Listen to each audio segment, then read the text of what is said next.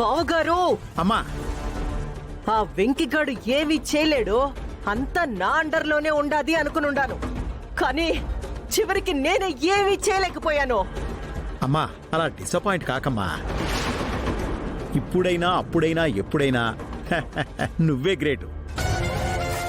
వాడంతట వాడిని నేను చేయలేక నీ ఫోటో అడ్డు పెట్టుకుని అత్యవసర మార్కులతో చెల్లి దీక్షని గట్టెక్కించాడు అంతే. వాడంతట వాడు గెలిచినా నాకంత బాధ ఉండేది కాదు బావగారు. నా ఫోటో అడ్డం పెట్టుకుని నన్నే దెబ్బ కొట్టినాడు చూడండి, దానికే నేను తట్టుకోలేకపోతుండా. నా వేలితో నా కన్నె పొడుచుండాడు వాడు. వాణ్ణంత సులువుగా వదలను బావగారు. అమ్మా వదలను అని నువ్వెంత కసిగా అనుకున్నా అక్కడ వాణ్ణి పట్టుకోవడానికి అవకాశం ఎక్కడుందమ్మా? ఊరి జనం ముందు గుడి మధ్యలో నిలబడి దేవుడి సాక్షిగా మాటిచ్చేశావు కదమ్మా. మాటిస్తే ఏమై ఉండదు బావగారు? వాడి తల్లి నా అన్నని చంపడం నిజం కాదా? అది ముమ్మాటికి పచ్చి నిజం. మరా నిజాన్ని వాడు ఎన్ని జన్మలెత్తినా నిరూపించుకోలేనప్పుడు నేను మాటిస్తే మాత్రం నాకొచ్చిన నష్టమే ఉండదే.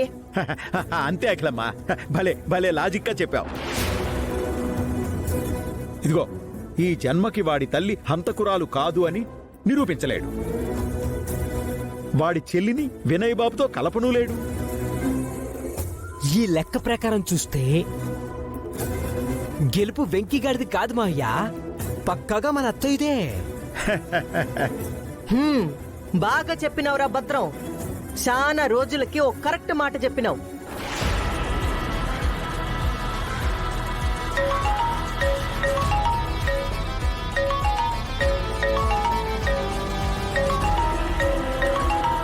అయ్యో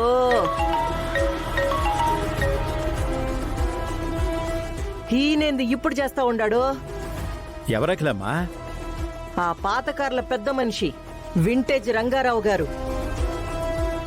గుళ్ళో జరిగినది ఎవరైనా ఈయన చెవిలో ఊదుంటారా? ఊదే ఉండొచ్చు అత్తయ్యో, అందుకే కోపంతో ఊగిపోతూ ఫోన్ చేసినట్టున్నాడు. నువ్వు ఉండరా అపశకునం పక్షి. అమ్మా నీకు భయం ఎందుకు? ఫోన్ అయితే మాట్లాడు, ఏం చెప్తాడో చూద్దాం.